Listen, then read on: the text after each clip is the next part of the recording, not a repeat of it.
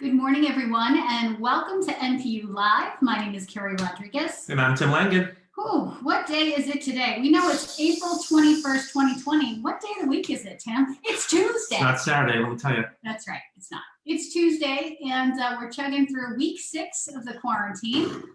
Ooh, oh, does somebody have a case of the crab apples over I'm here? okay. Oh, man.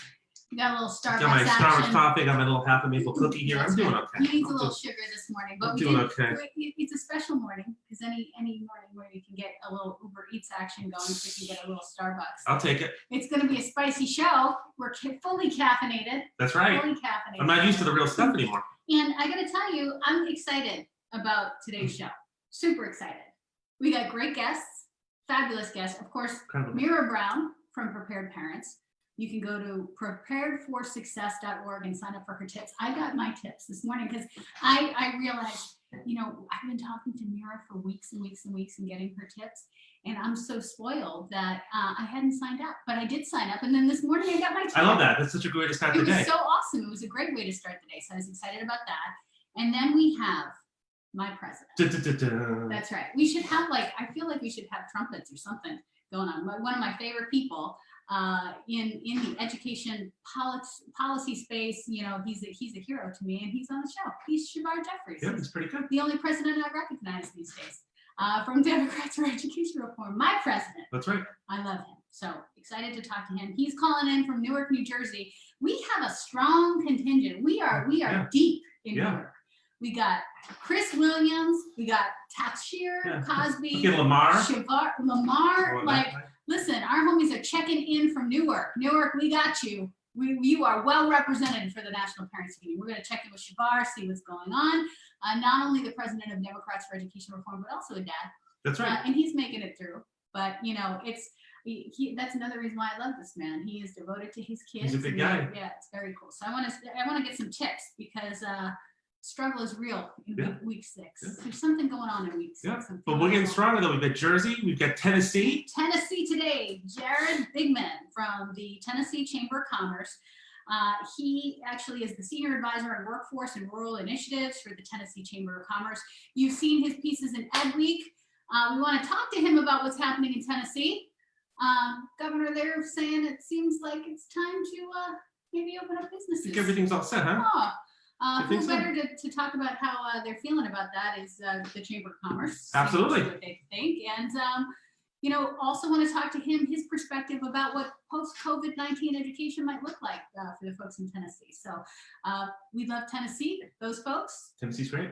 On our airwaves all the time, right here, checking in from Memphis, checking in from Jackson City. Yeah. We love Tennessee, so good to talk to them. I almost drove across Tennessee once. You tell. But I didn't, so there's really no story to that. I had to cancel it for a wedding. I was going to drive from, is it Nashville over here to Knoxville over here, but I didn't. So that's my whole story. What a shame. There you go. Beautiful stretch of road. There you go. Was that a good story though? A little anticlimactic. I wanted to hear a little bit more. I know. But I never anyway, got there. Maybe after the quarantine. maybe. Go to Dollywood.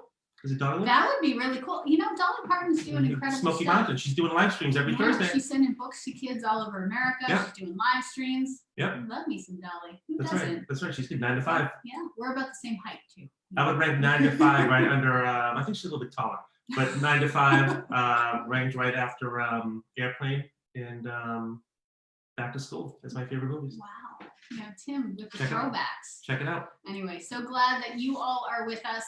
Some stormy weather actually in the Northeast starting this afternoon. Storms across the country. So we're watching you down in the South, some active weather systems down there. You know, this is the time of year, unfortunately. So our friends in South Carolina, we're always keeping an eye on you, ISIS, and our friends from the Fundamentals of Learning. That's right. Yeah, Love her. We're Love her keeping our dancing. eyes on Best game show. That's right. Best game show in don't education. Tornadoes, you're not knocking that TikTok for education for our children off the air. We're going to be watching for you, but here in the Northeast too, some severe weather. That's this right. afternoon. That's so, right. Anyway, so glad you're with us. Over 1 million families joining us every week on the National Parents Union live broadcasts. And so what's in the news today? Well, I'm gonna have to disagree with the governor of Tennessee, who thinks that everything's okay. I'm gonna go there. I'm gonna go there. Governor, Right now, U.S. confirmed cases of COVID-19 are about to hit 800,000 confirmed cases. 43,000 deaths, almost 43,000 deaths. So I'd have to dispute that everything's okay. Yeah. And I think if we open up these states, it's just going to make things worse. We have seen in the past, again, past is prologue, right? That's right. And if we do not, have some respect for history, we're doomed to repeat it. And we've seen what's happened when we had early reopenings, when everything kind of. I don't want to go off on my 1918 influenza rant again. But here we are. Tim's banging on the table again. So in 1918, okay, there was a big influenza outbreak. They thought it was all set, okay?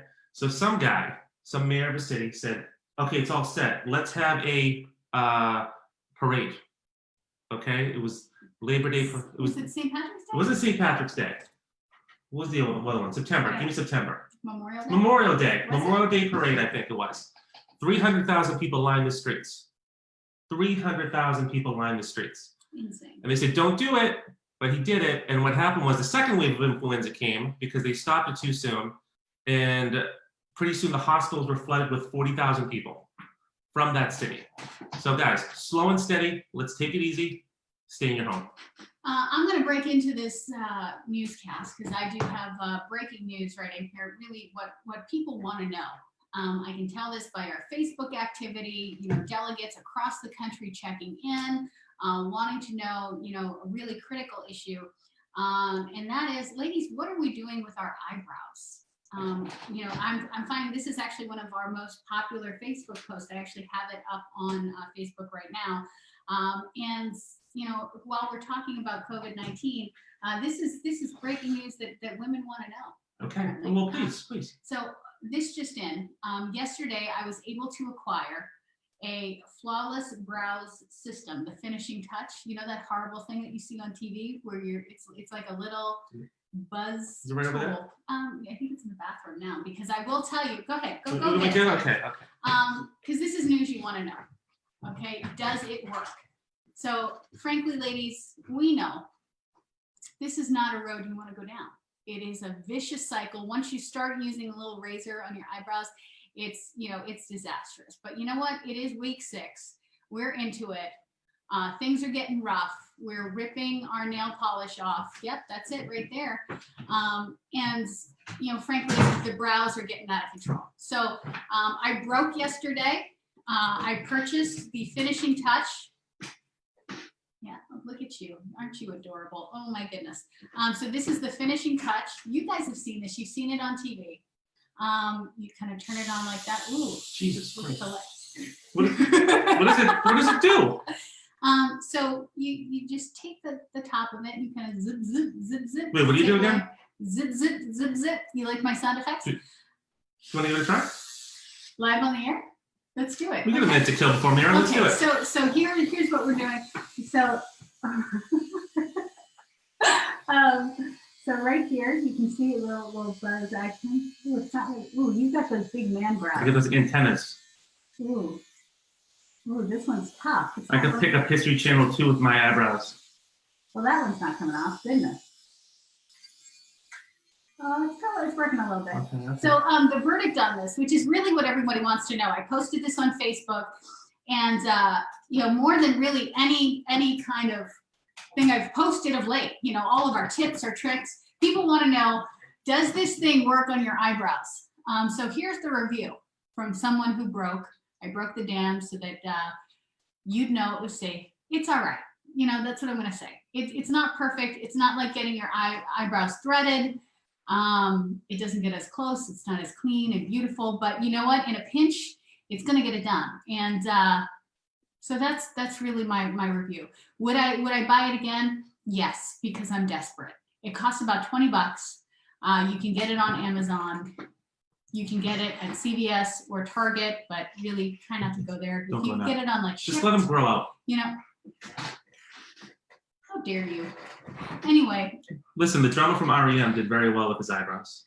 his eyebrows, okay? Well, his and eyebrow. frankly, you know, some men, you know, really can appreciate, you know, a good cleanup. And I know you're thinking, Keri, you know, why are you talking about this? Because this is what people want to know. Does this thing work and should I buy it? My answer is yes, but you know, set your expectations low. Are they even?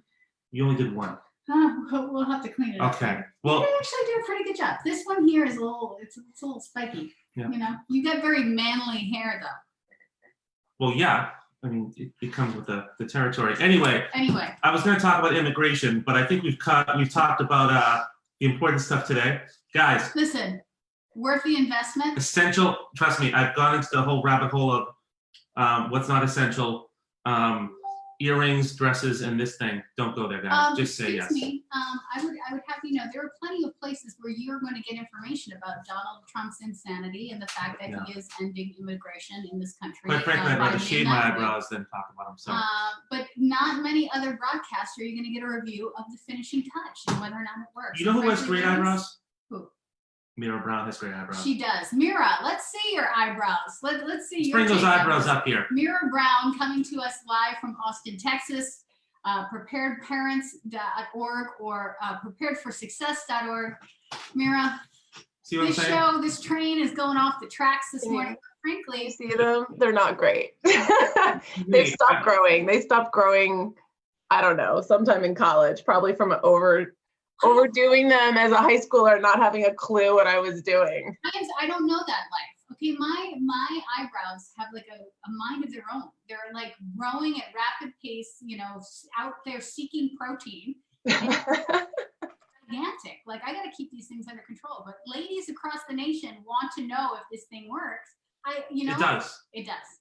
Do you know what I also noticed, Keri, is your fingers. I saw that over on Facebook over the weekend. I got to tell you, this was rough. That happened too. Thank goodness for Tim's mom. She actually had to intervene because that again is something that you know some ladies are dealing with right now. I was miserable. She was at my kitchen table, her hand soaking in this stuff for at least 3.5 hours. It's like it's the worst. I feel like I cheated a little before quarantine or isolation shelter in place happened because I feel like I was a couple weeks ahead since I was working with our schools and our peers in California. And so I was like, this is coming. And so I like ran to the salon and got it all off like a week before or a couple of days before shelter in place happened. So I feel like I cheated a little. The week before quarantine, like I went out, I got my eyelashes refilled, I got my brows done. I was like, this is not gonna last longer than 6 weeks. I can go 6 weeks. Oh my God, it's lasting longer than 6 weeks. And so now we're, you know, and frankly, I see this all over the place. Mommies are dealing with this. And I know like some people will say, well, this is kind of a joke, but it really, it has to do with self-care, mental health. Can I say something? Guys, I'm just going to preface this by saying everything she's saying, I learned week 1. So listen closely. Listen closely and absorb this. Yes. And it's the truth. Go ahead. I'm sorry. Because honestly, like, because there were fights about like whether or not we should try to keep, we were having a discussion the other day about whether or not I should, try to book a hair appointment like a couple of months from now, whatever. And he was like, absolutely not. You're not doing that. You're not going into a salon until, you know, for the near another year. That's right. At least a year. So like, you know, but it is a thing. It's about self-care. It's about mental health and how we feel about ourselves, you know, and, you know, if you take care of yourself a certain way, you have certain habits and you like to look a particular way, you can start like, especially around week 6, you start like taking that into your soul and being like, you know, I don't feel like myself.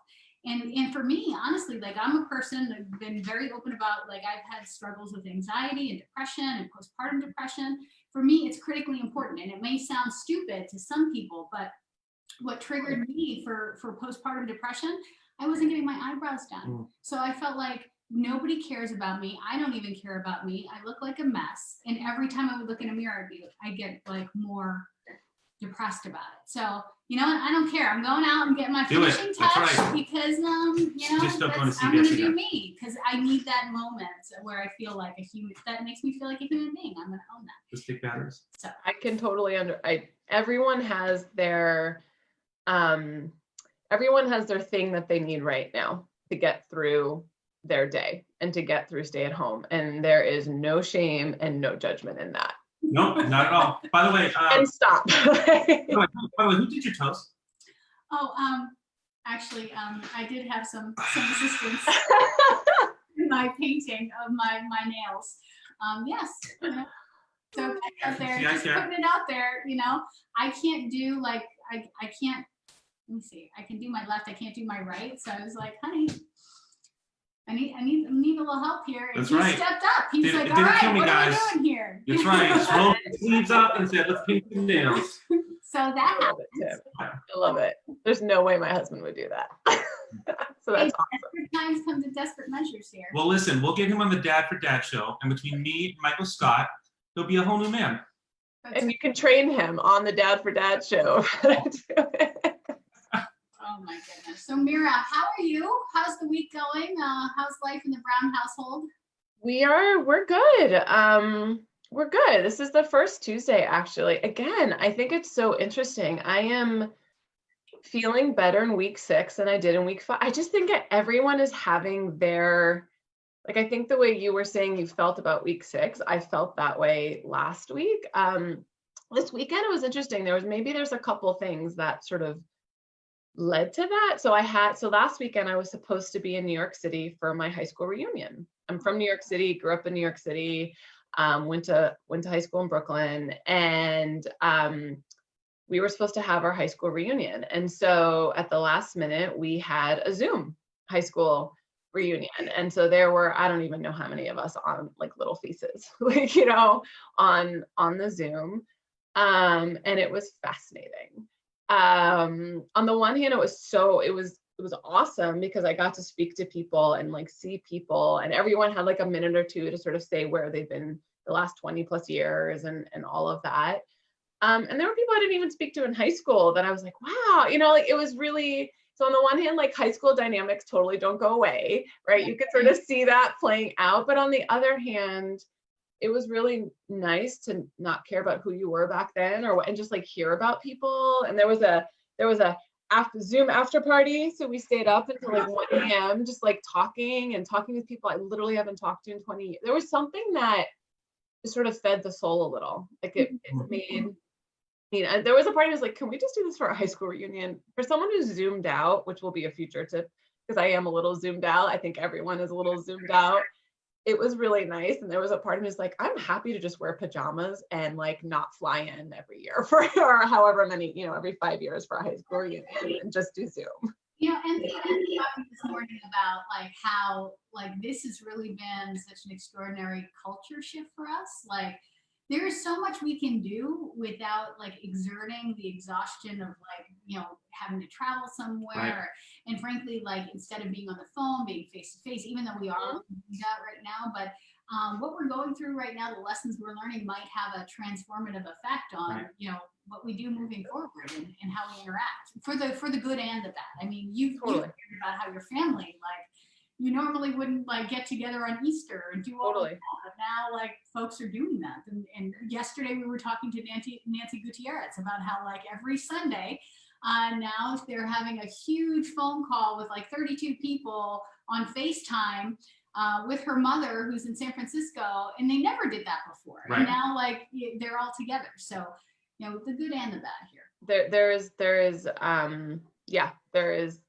a lot of good and a lot of bad and a lot of in between, right? Like it's sort of what you were saying about how there's yesterday, today, and tomorrow, right? There's this sort of, but it made for, I was exhausted on Sunday because I stayed up way too late, and kids don't care how late you've stayed up or how much sleep when they want something early AM. But I'm really glad that I did it. So it made for a nice weekend, and it's Tuesday and we're just our school has started a new schedule this week. So a little bit more teacher student time together, which I appreciate. But it's just, my son has a really tough time with new things and transitions and trying something new. And so that's making this week a little rough. I'm sure other parents out there can understand. And as much as I'm so appreciative to our schools and for what they're trying, but I'm also like running around being like, where's the Zoom ID? I know there's a Zoom ID I'm supposed to have right now, and I need to connect to this app and that. And you know, and we've been talking about this, and frankly, like, you know, I've just been trying to be real talk from a parent perspective, and I've been actually taking some hits about me being anti-teacher, because I'm being very real about how we are overwhelmed right now. Quite clearly, teachers are overwhelmed and trying to figure things out. And then it feels like there's a dump of information on parents. We're already dealing with a kind of crazy ecosystem at home. Like some of us, you know, just lost our jobs, or, you know, are still trying to hold on to jobs, and we're risking our lives to go out and do these essential jobs, or we're working at home, trying to maintain peace. Plus there's this information dump. And frankly, they don't make this easy for us. You know, there's a funny Zoom, or a funny meme rather, that, you know, we put up the other day in response to, you know, what it actually feels like to be a parent. I'm going to pull it up here. Just like the crazy names of things and how complicated it is to figure out which website and what you're talking about, and which, you know, the different named apps, and then it, like, everything's overcomplicated. Just log into Zabblezoot, scroll down to the Zork app, and how kids work. I saw that. And sent on the Crackle Zam, or check the links posted on Drumble Kick. What are you talking about?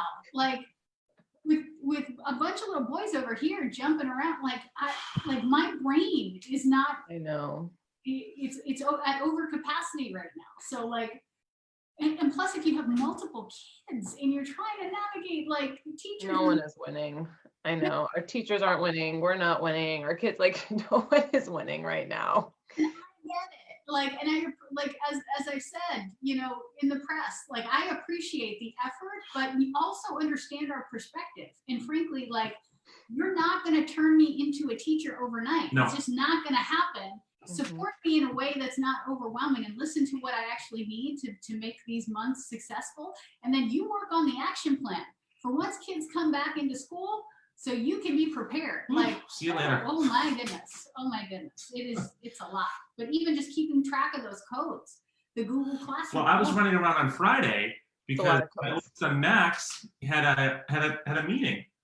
Well, I'm in Zoom land. I'm thinking it's a Zoom chat. So I'm looking through my emails. I can't find it. I'm looking through the Schoology thing. There's no Zoom chat. It was Google Meetup. Yeah. Google Meetup.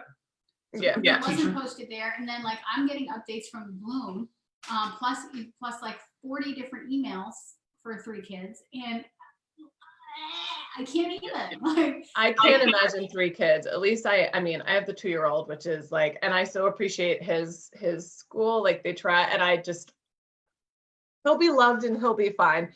This is kindergartner, right? Like, that's like, I so appreciate what they're trying to do. He's in a Spanish school, and they're trying to, like, keep it up, and they have a Zoom also for the 2-year-olds where they do, like, songs, but, like, he's 2 and he, like, drops the iPad, or, like, he just, like, he doesn't care, you know? And so I'm like, you'll be loved, you'll be fine. Like, it's a 6-year-old, and I can only imagine if I had 3. And we hear that from some of the parents. Time. Sometimes you have one laptop for all of the the internet is slow. Like, half the time, like, we're, like, this broadcast is tricky. We're trying to bring people all of this craziness, right? And totally. And then you're trying to work at the same. Oh my goodness! I have to say, I meant to say this last week, but I'm really proud of Austin ISD, because they on one thing right now, which is and then I promise I'll get to my tip, but they released 110 school buses with Wi-Fi, and they're going out into communities all over Austin. And they are from like 8 a.m. to 2 p.m. basically, right? It connects automatically. They're giving kids the Chromebooks, the school buses stay there. And it just, because I've been thinking, like, we've been talking about this, and I've been thinking about that also for the sheer amount, because then I also take a step back and I'm like, Mira, chill out, right? Like, you have, like, your kid has a iPad, like, you're, like, get over your, like, Zoom craziness, and you're, I just, like, I go through these, like, multiple emotions of just, like, as we always say, right, how grateful I need to be, but then it's also frustrating. That's what I'm saying to parents right now. Don't feel bad, like even parents of privilege. Yes. We still, we are still all entitled to our feelings, right. and feelings. 100%. And that's why, like, we've got to think about this logically, but just try to make yourself feel bad for being overwhelmed, even if you have all of this technology. You're not making the problem better. You're making people feel worse. That's not improving the problem. It's just a different problem, and that's you can still have compassion and still be grateful and feel like, holy crap, you know what? I can't do this right now, and that's okay. All of it is okay to have feelings, like, and trying to dismiss them, it's not healthy. It's not going to help. Well, on Friday, they officially, they made the announcement, schools are like on the same day that the governor made the announcement that somehow we're going to reopen in Texas sometime soon, i.e. in the next couple of weeks, another conversation.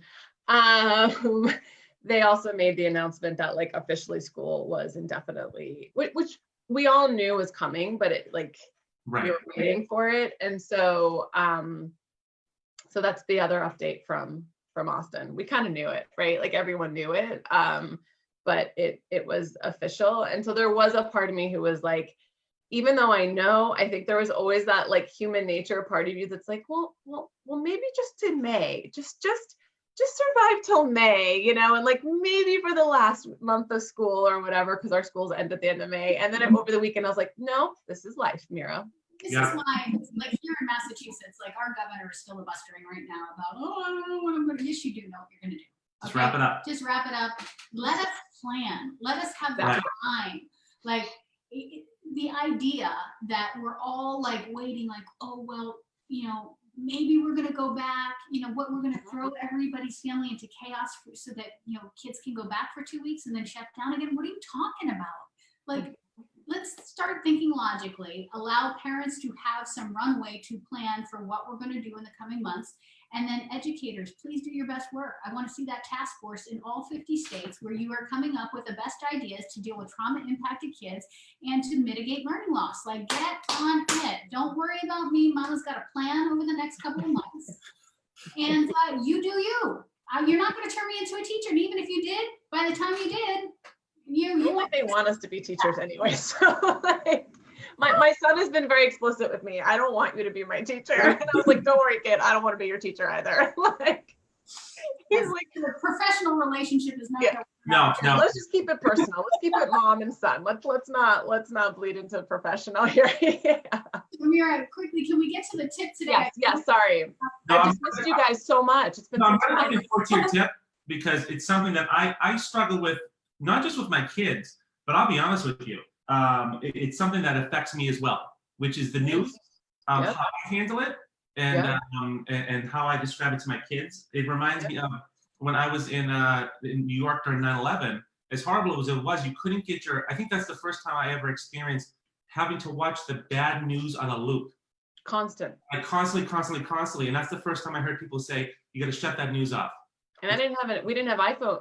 Exactly. No, we didn't have iPhones then, right? We didn't have this, like, it was on your TV, Right.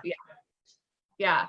So about the news, Mira, help me. We've been getting a ton of questions about this, right? How much to consume? Is there an impact on you? And then mostly our kids, little ears are always listening. But then also conversely, like, we've gotten questions from parents saying, but I want to broaden my kid. Like, I want them to understand what's happening, right? And without overexposure. And so how do I do that? And how do we do that in a way that honestly keeps us sane and keeps us healthy?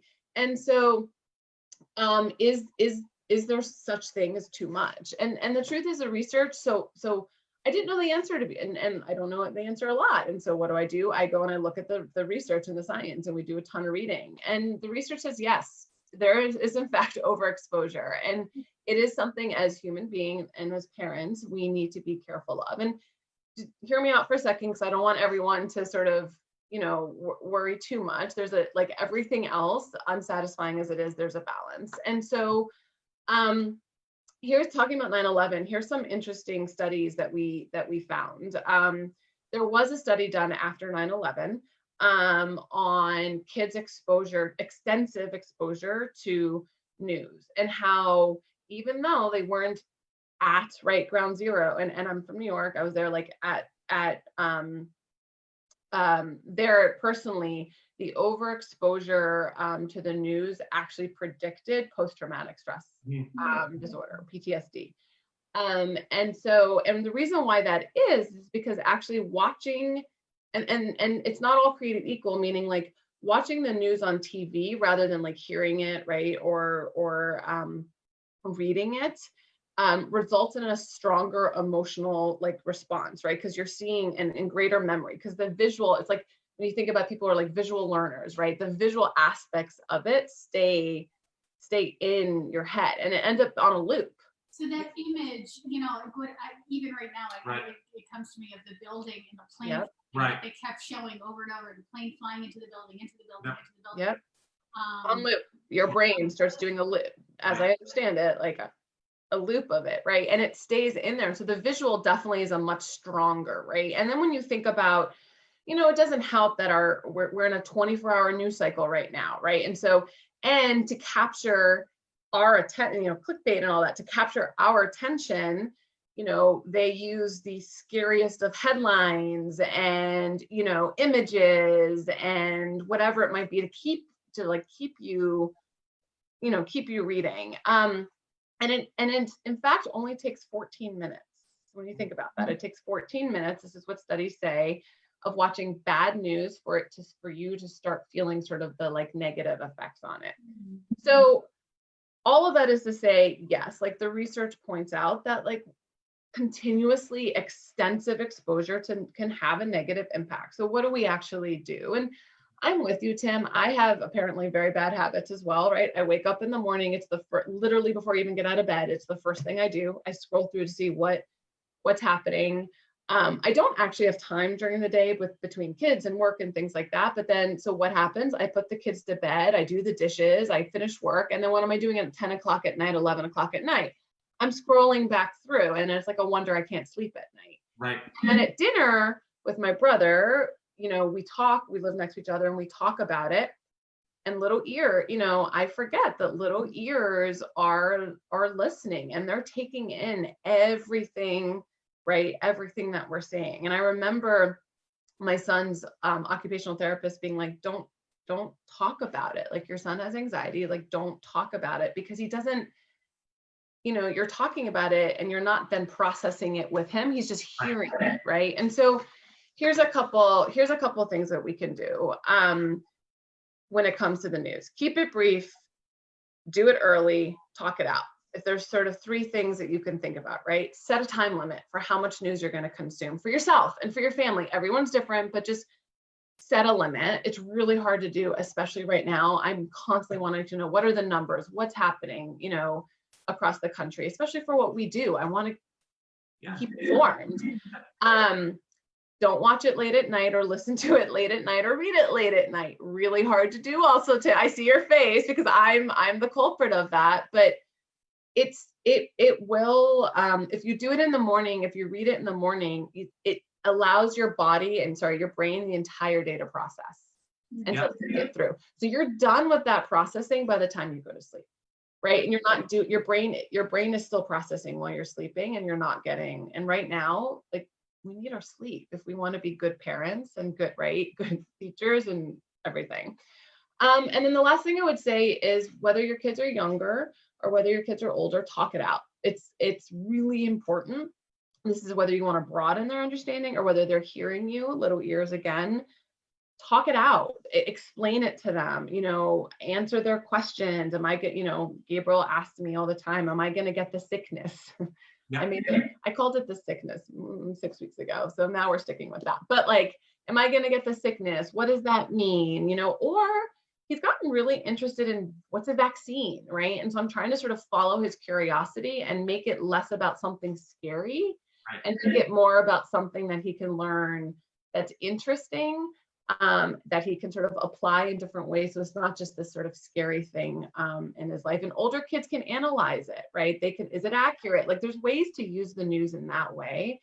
That's our tip for today. Mira, thank you so much. And I have to tell you, like, there's nothing cuter than watching Tim's youngest son, Dylan, say coronavirus and all of the interesting ways that Well, the like, questions that come. Coronavirus. Yeah. Yeah. And he's got 2 teeth missing here. Yeah, he's Yeah. got 2 teeth and another one about to go, but like he is asking really interesting, thoughtful questions. And so sometimes you wonder, like, oh my gosh, is this really getting into his brain, or like how do we turn this into? He gets that from his dad. Yes, yes. Just got to follow it, right? Follow, answer, process, follow the curiosity. Yeah, no, it is, they have questions and they need to be answered. But tonight, we're going to watch The West Wing tonight. I love that show. Yeah, Oh right. my gosh. It's so Okay, I'm going to challenge both of us to not look at the news right before we go to bed and see how we feel when we talk tomorrow morning. Sounds, I'm up for it. No Rachel Maddow. No Rachel Maddow. I need some West Wing in my life. Mira, thank you so much. Mira Brown joining us from Prepared Parents. She is in Austin, Texas. That's right. Prepared Parents all over the country. You can join their listserv where you can get tips every single day by going to preparedforsuccess.org. 10 seconds to sign up. So super quick and really exciting to get that information and feel empowered. That's right. But now, without further ado, one of my favorite people in the education space. That's right. I'm excited he's here today. The president of Democrats for Education Reform, Shabar Jeffries, is joining us from Newark, New Jersey. And we like to check in with Newark, at least once a week to see what's going on. We got lots of folks from the National Parents Union. Shabar, how's it going? It's so nice to see your face. It's great to see you. It's always great to see you. We're doing okay. I live in Newark, and we have tons of cases in the area. I've lost some friends and colleagues in advocacy work, so it's been tough. But we're going to push through. It's such an incredible, what a strong community you have in Newark. We talked to Crystal Williams, we talked to Tasha Cosby all the time. Checking in with them as delegates to the National Parents Union, checking in on you guys, and Crystal Williams really, brought it right to us at the very beginning of this and these conversations we've been having with parents across the country about, folks in Newark and in communities like Newark across the country, frontline folks, the essential workers, the healthcare workers, the people who are doing those essential jobs. And she was calling it out from the beginning that there was going to be disproportional impact in communities of color, low income communities. And now we're seeing that come to be true. And so communities like Newark really being hard hit. Yeah, that's so true. I mean, you put your nail, you spoke to it exactly. So many, folks of color on so many different levels, right? I mean, these are folks who are in jobs that oftentimes are not able to work from home. Many blue collar jobs where you actually have to show up and you have to show up around other people. So they're getting both sides. So they're also being, if those are jobs also that are quickest to be subject to layoffs and furloughs. So people are being devastated economically. Folk of color oftentimes, and poor white people too, right? I mean, it's obviously there's more white people who aren't poor, but for those poor white folks, they can be in a comparable position. But these are folks who are in positions that either you're losing your job or you have to show up and you're around a lot of people, so there's greater exposure. There's also issues in terms of people of color, particular in terms of equity in the healthcare space, who's likely to get admitted, who's likely to get the test. We see those issues rearing their heads as well. So both in terms of public health issues as well as economics, folks of color and then poor people more broadly really being devastated by this.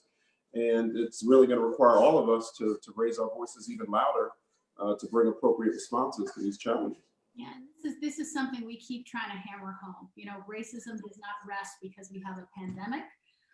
Racism in healthcare, racism in education, lack of access to high quality healthcare we're seeing right now. Folks that don't trust the system because they know how they've been treated in the past. That's right.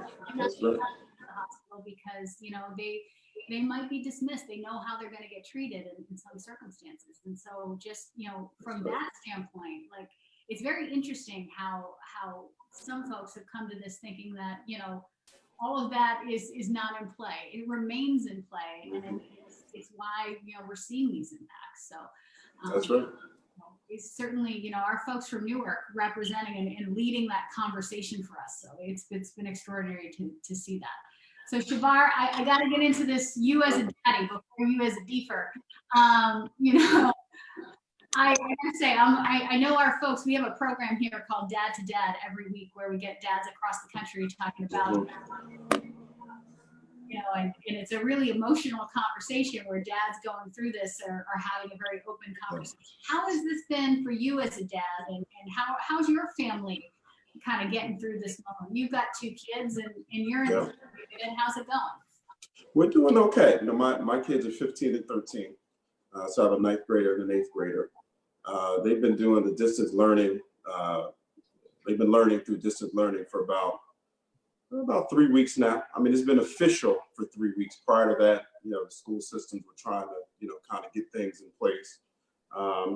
So, you know, they're doing the best they can. I mean, it's definitely not the same rigor and comprehensiveness of learning that they would get in a school environment. You know, my wife and I, you know, we're working hard to do the best we can to hold them accountable, but it's definitely not the same. So I'm sure there's going to be gaps there.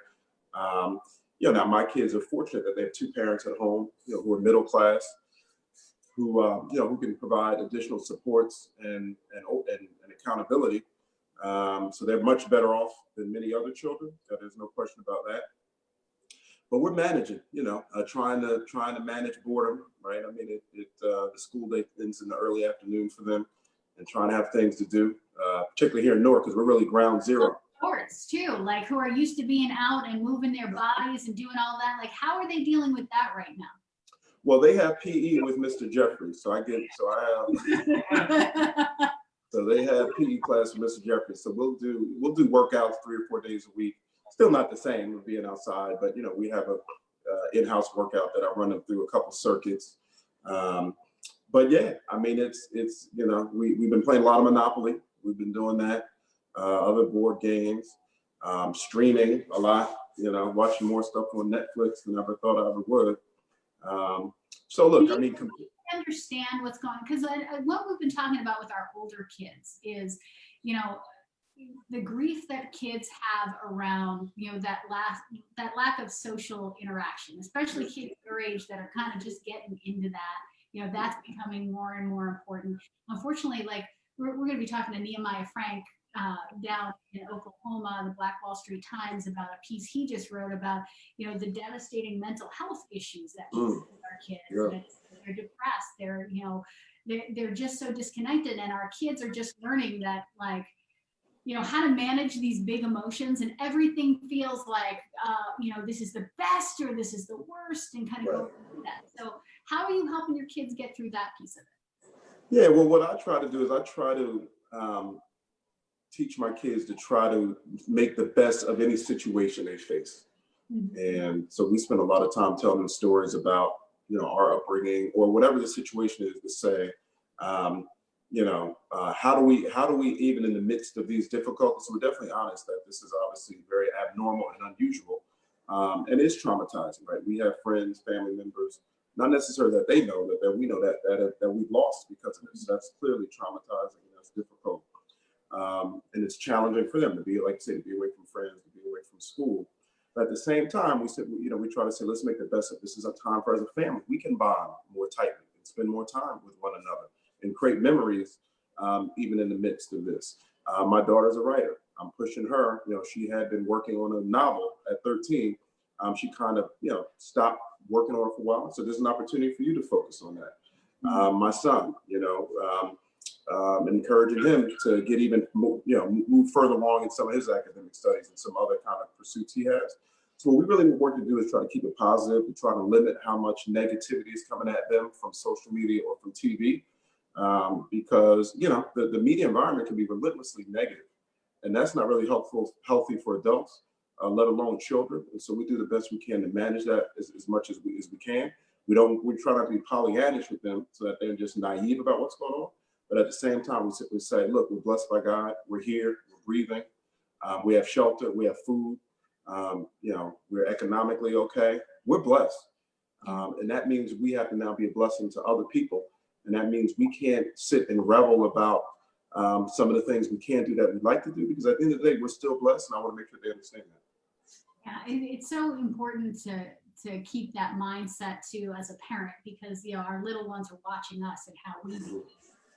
So as we were just talking about, with Mira, you can limit exposure to the news for your kids, but if you're not doing it for yourself as well, and actually like managing that, how you're feeling is going to be reflected in your interaction with them. If you're feeling stressed out, like it just compounds on itself. And we know, Shafar, talking to all these folks across the country, our homes, families are in crisis in this moment. And kind of rolling this into the education piece, I want to get your on how we're handling this overall. Because in this moment, I'm trying to explain to folks, as an ambassador for a lot of parents here in Massachusetts and the folks we talk to across the country, right now you have families that in the best of times are struggling, that are worried about holding on to housing and food and their jobs and everything else, like out there in the struggle. And adding this to it, where everything is kind of in disarray. You have families that have just lost a job, they're waiting for 8.5 hours of unemployment to try to file. You've got folks that are undocumented, losing what small business or whatever job they had with no safety net at all. You have our folks that are essential workers that are having to go out there and expose themselves because it's either that or lose your house. And we've got kids that are staying home by themselves because schools are closed, or an older sibling watching. All of this happening, just trying to live. And then there's a lot of expectation on us as parents to suddenly pivot into being educators. And it went from very limited contact for many of us, and some of us are still going through that, but to almost trying to drink from a fire hydrant with just an explosion of information and expectations that can seem overwhelming. So from where you sit, I mean, you can kind of see this from the national perspective. How do you think we're doing so far? Have you been satisfied, and what's your take? In terms of how the government has responded? Yeah, around how some of the best things that you've seen school districts do. Do you think that we are we putting too much on parents right now, or do you think this push to try to get kids connected in whatever way we can has been enough? Yeah, I mean, you put your nail on the head. I mean, we have everyday parents, working families, poor people of color, really just catching hell with all of this right now. And as you said, we're already having difficulties and struggling. I've seen districts work hard to try to bridge the gap. I mean, we definitely have a long way to go, and be very clear about that. We've seen some districts rally to raise resources to get Chromebooks and laptops to families. We've seen some districts, both traditional and public charter schools, rally to get meals to families because for many families, the school is where their kids ate breakfast and lunch. So we've seen many districts rally for that. I've been impressed with some districts in terms of how they've tried to make it easier for parents to navigate distance learning. So I find it better for those districts actually having live classrooms where kids know they have to be at a certain place at a certain period of time, and there's live instruction versus some others have more recorded, and the kids the kid and the parent has to make sure that they do it, and that puts more burden on the parent and the family. So the more that district can actually have a fixed schedule where the teachers are providing live instruction to students, that makes it easier for parents, because then the parent just has to make sure the baby is in the seat versus in the seat, and are they receiving information, and can I figure out if they received information with everything the parent has to do. And to your point, that presupposes the parent can even work from home. And for most folk of color, most poor people, they're not in the type of jobs that enable that, right? So to your point, they're having to go to work. If they're lucky to have a family member watch the student. Many don't have that, so we have students who are at home, and we know kids in the best of circumstances aren't the most excited about sitting in a seat and learning, so they're likely to be doing other things as opposed to focusing on learning. So it's very difficult. I mean, we were very involved in pushing Congress to put about $30 billion into the CARES Act to support both K-12 and higher ed. That money is very flexible. So the key is the work that you do and your parents do, because states and localities have tons of discretion in terms of how they spend that roughly $15 billion on K-12. And so it's gonna be so important for them to hear from parents and families on the ground about how these dollars can be used to help our students and lift many of these burdens from our parents. And I think that's really critically important, and something we've been trying to drive home is that we can't just put out the fires in front of us. We've got to advocate at the same time, because our context is so important. For instance, the issue about Chromebooks and hotspots. We have been trying as hard as we can to lift up the fact that it is one thing to start whipping out Chromebooks and hotspots, but the digital literacy issues compounded by literacy issues that we're dealing with communities that have been chronically underserved for generations. They just don't have it. And you can hand them a Chromebook, but connecting and being able to help facilitate education happening at home, that's a heavy lift. And not understanding, instead indicting parents saying, well, you have what you need. Right. Well, you've got to walk us through. And now we're seeing efforts, people starting to listen. People starting to say, hey, we're going to send these buses out with food and not make people come and pick it up. We're going to send out Wi-Fi buses. We're going to provide instruction on how to set up a Chromebook in a hotspot. It's not intuitive in many situations. It's hard. So I think that advocacy piece in this moment is really important. So I've got one last question for you, and I appreciate you being so generous with your time with us this morning. And that's, post-COVID-19 planning. We're already seeing, some dirty tricks happening. We're already seeing major policy decisions being made without parents at the table, without the right parents at the table, because the excuse of COVID-19 and necessity, the same access issues, that parents dealt with on a regular basis are even more profound now. So you're not seeing us show up at school committees. You're not seeing us show up at school council meetings, and decisions are being made that, frankly, really shouldn't be. And they're not necessities. They don't need to be made, and they need to be made with parents when they are made. But some of those conversations are going to deal with post-COVID-19 educational spaces and what that's going to look like. Everything from how many kids should be in a classroom, do we turn to a 2-day, 3-day classroom system, remote learning, all of this stuff is on the table. How important is it for parents to stay engaged and advocate, right now, even though we're trying to just be out there and survive, because this stuff is happening, it's going to end up happening to us and not with us. Amen. The parent voice is everything. That's why the work that you and NPU does is so critical. You're exactly right. School board members, superintendents, mayors, governors, depending upon the context, are making decisions right now about everything, about when school will reopen. Will it reopen in the fall? What will it look like? How will the relationship, how will ongoing distance learning, what would that look like? And parent voice has to be at that table. We know that the voice of teachers and the teachers unions will be there. That's a very important voice, right? I mean, teachers are critical. We love our teachers. Their voice should be there. The voices of the principals associations, they'll be there. That's a critical voice. The most important voice when it comes to our children are the parents and the families.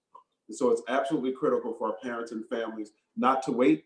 And that's why your infrastructure is so critical, because as we said, our parents have so much to manage.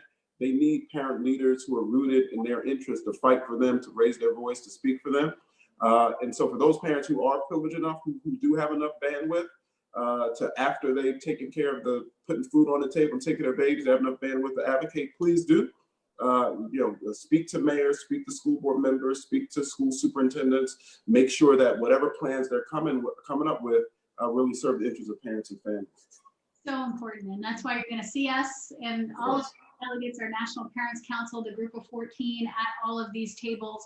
The initiative going to be started next week, led by Jonathan Klein, who's coming on board with us to really empower, fire up parents. Love it. At that table and take our seat and make sure that we're well represented. He's going to supercharge all these delegates to get in the mix and those important conversations are happening with parents. So Shavar, thank you so much for being with us. My pleasure. Love you. We love your support and you always up and keep doing what you're doing. We're going to put our nose to the grindstone here and get to work as well. We are not taking our foot off the pedal. We got work to do. So. Yes, we do. And I love it. Take your seat. I love it. People aren't going to give us a seat. We got to go take it. And I love it. And I love you and love what you're doing. Well, so much love. I hope your family stays safe and happy. And we're going to check in with you again. Hopefully, we'll be out of quarantine soon. I'll be able to see you in person. But can't wait. Love to the family. All right, have a good one. Good to see you, Keri. Take care. Newark, New Jersey, the president of Democrats for Education Reform. So much love for that man. He is so good. Our last guest for today, very excited to check in with him. He is joining us from Tennessee. He is a leader of the Tennessee Chamber of Commerce. He is the senior advisor on workforce and rural initiatives for the Tennessee Chamber of Commerce. And we've got lots of parents that join us every single morning. We wanted to check in with him and get his perspective on what's been happening in Tennessee, what's happening in education, what post-COVID-19 planning will look like. So excited to welcome Jared Bigham. Jared, thank you so much for being patient with us and joining us today. From look at your beautiful mountain view. Yeah, that's the Smoky Mountains. I'm perched, on a porch just outside with this as my view. It's gorgeous. No, I've had to start having fun with my Zoom backgrounds, or I was going to go crazy. That's why we have all of our parent advocacy signs here from our marches. We decided we needed to spice it up and bring some of the union vibe to our background here too. But Jared, so excited to talk to you today. Tennessee's so important to our organization. We've got lots of delegates from Tennessee, lots of parent organizations and fighters for educational justice down there. So let's just check in with you. How's your family doing? How are things in Tennessee, and how are you making it through? Well, my family, we're doing pretty good. We're running the quarantine homeschool with our 4 kids. My wife's an elementary assistant principal, and I'm a former elementary and high school principal, but apparently our kids don't care anything about our past work history. I had an easier time controlling 500 kids than I do our 4 kids in school. So, that is true. But we're definitely feeling the strain of trying to homeschool and keep our kids connected and getting their assignments turned in and things like that. Can I actually double click on that for a minute? Because I think this is a beautiful example. We have a lot of educators. We have a lot of superintendents, chiefs of states, that come through this broadcast. And I'm always fascinated because, the expectation that our kids are going to suddenly turn into the people they are at school when they're in the living room with mama and daddy, like that's just not how it is. Our kids are very different at home. Yes. And they are. And so the expectation that suddenly we're going to have this robust learning environment, it seems like it's from outer space. Like, who are we talking about?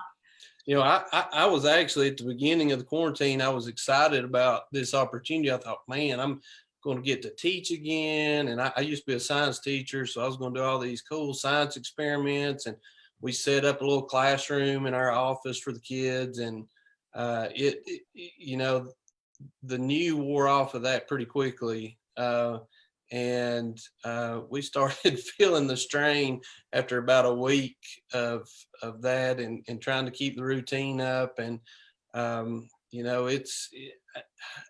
it's hard, and I tell a lot of parents, and on other podcasts I've been on, that alleviate that guilt that you're feeling. Don't just take it away. Do the best you can. Don't think you have to do 6 hours of homeschool. I tell parents, if you can get an hour and a half with an elementary age kid a day, you're doing awesome. And so that is so true. I got to tell you, one of the most empowering moments I've had in this long 6 weeks was when the chief of the state of Indiana, chief of education, state of Indiana, put out that chart that gave all the different grades and how long, your child should be engaged in academics, like in pre-K, 20 minutes to 60 minutes, 3rd grade, 30 minutes to 90 minutes.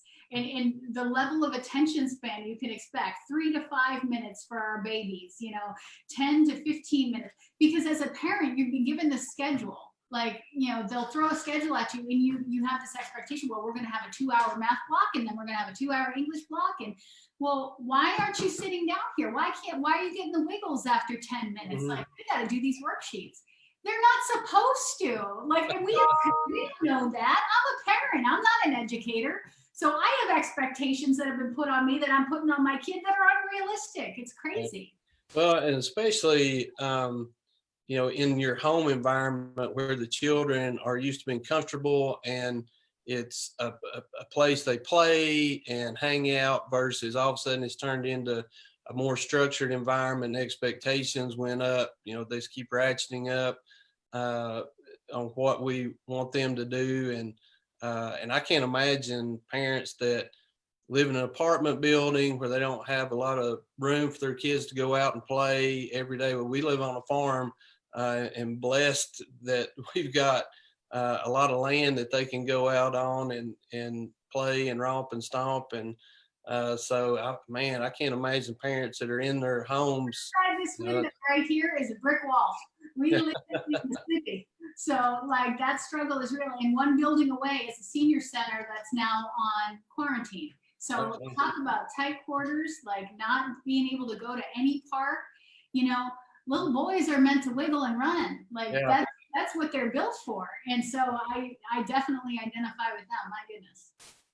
Yeah, it's a real challenge for a lot of parents, on top of, if you're not familiar with the technology and the online platforms and, just the work itself. So there's a lot to it. There's a lot of moving parts. And I think the more understanding and the more fluid we keep a lot of these expectations, that the better off all of us are going to be.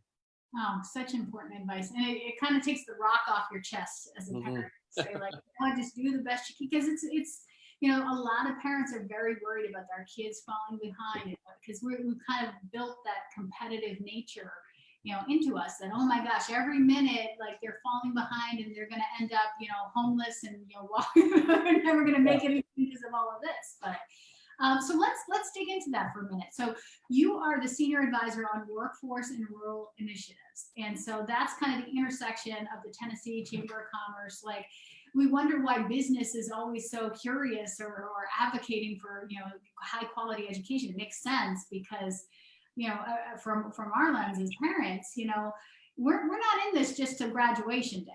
We're in this because we want our kids to be prepared to have successful lives where they get a good job and they can support our grandbabies and have a wonderful life that's easier than the one that we had. So can you talk to us a little bit about that perspective in particular, and why you guys are focused, especially in this moment, about what education is going to look like as we go through this? Sure. And I'll add one caveat there. I'm hoping at least one of my 4 children will support me also, not just my grandbaby. You ain't kidding. I'm hoping I get a doctor out of my 3.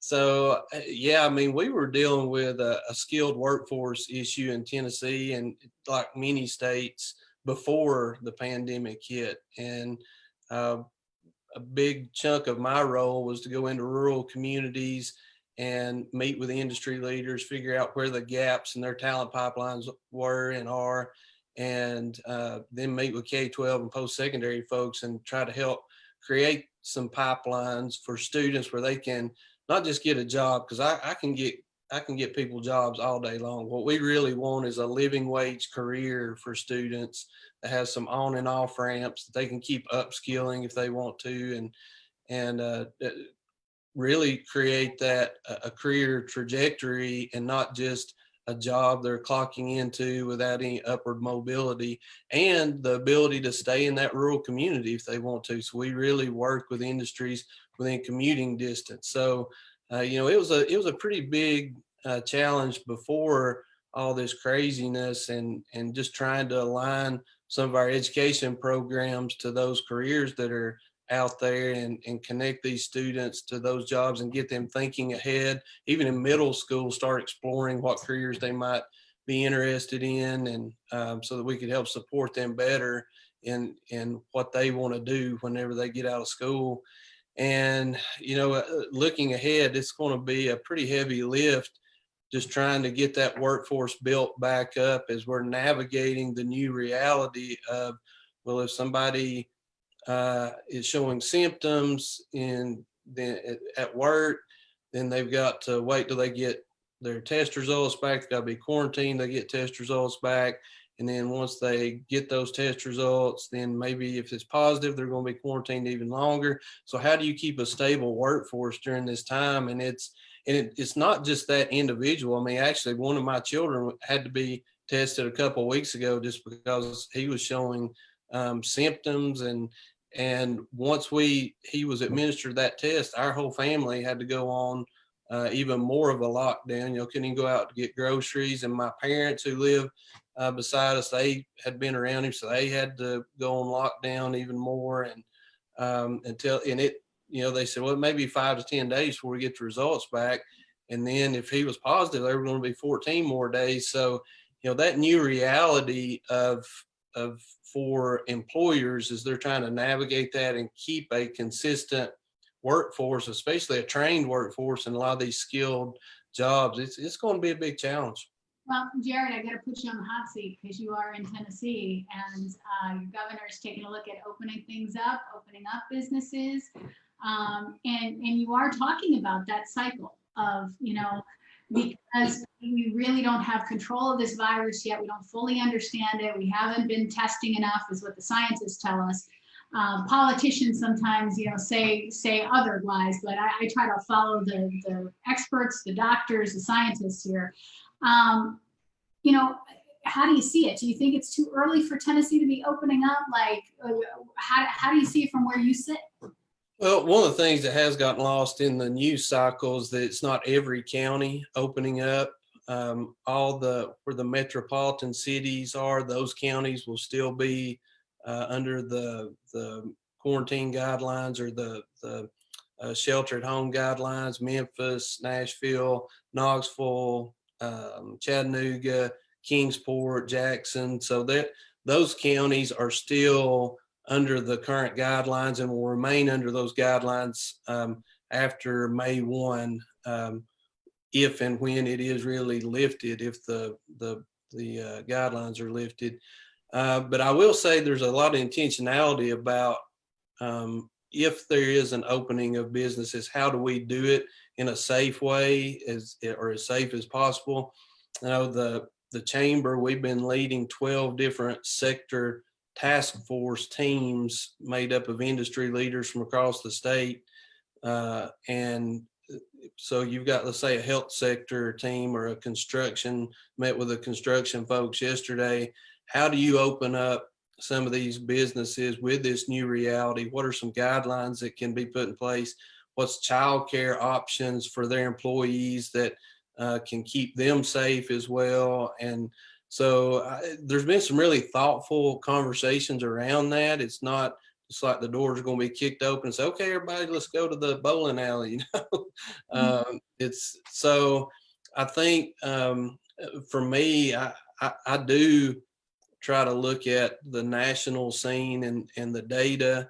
And so I'm glad that it's not just an all-encompassing opening up of the state. So there's some intentionality about what counties, and I'm looking forward to these sector task force teams producing some recommendations on how their sector might go back to work. And so I think that will tell the tale for our state once that report has been created and released on how these sectors could somewhat get back to normal operations. And so I'm holding judgment just a little bit until we can get that information and see how that informs some of the decision making of our state leaders. Overall, I mean, you know generally the temperature of business owners and business leaders in Tennessee. Do you think folks want to open? Are they anxious to open, or is there kind of an air of caution, you know, on the part? Because what we're seeing is one thing from governors, but business owners even saying, you know, even if we can't open, I'm not sure if we're ready. Yeah, from my vantage point, a lot of the small business owners are desperate to open back up because of, you know, they're so month to month in a lot of ways.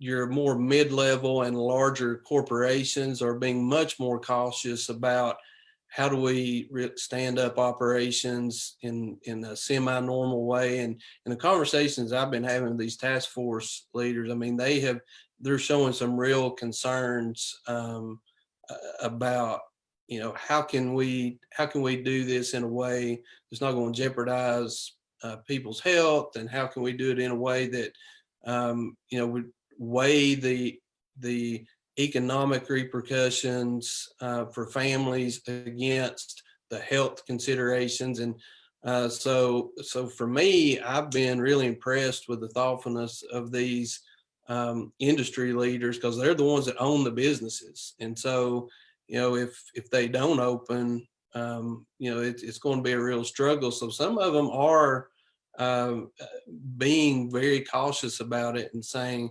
if we can't open in a safe way, then we need to figure out how before we do.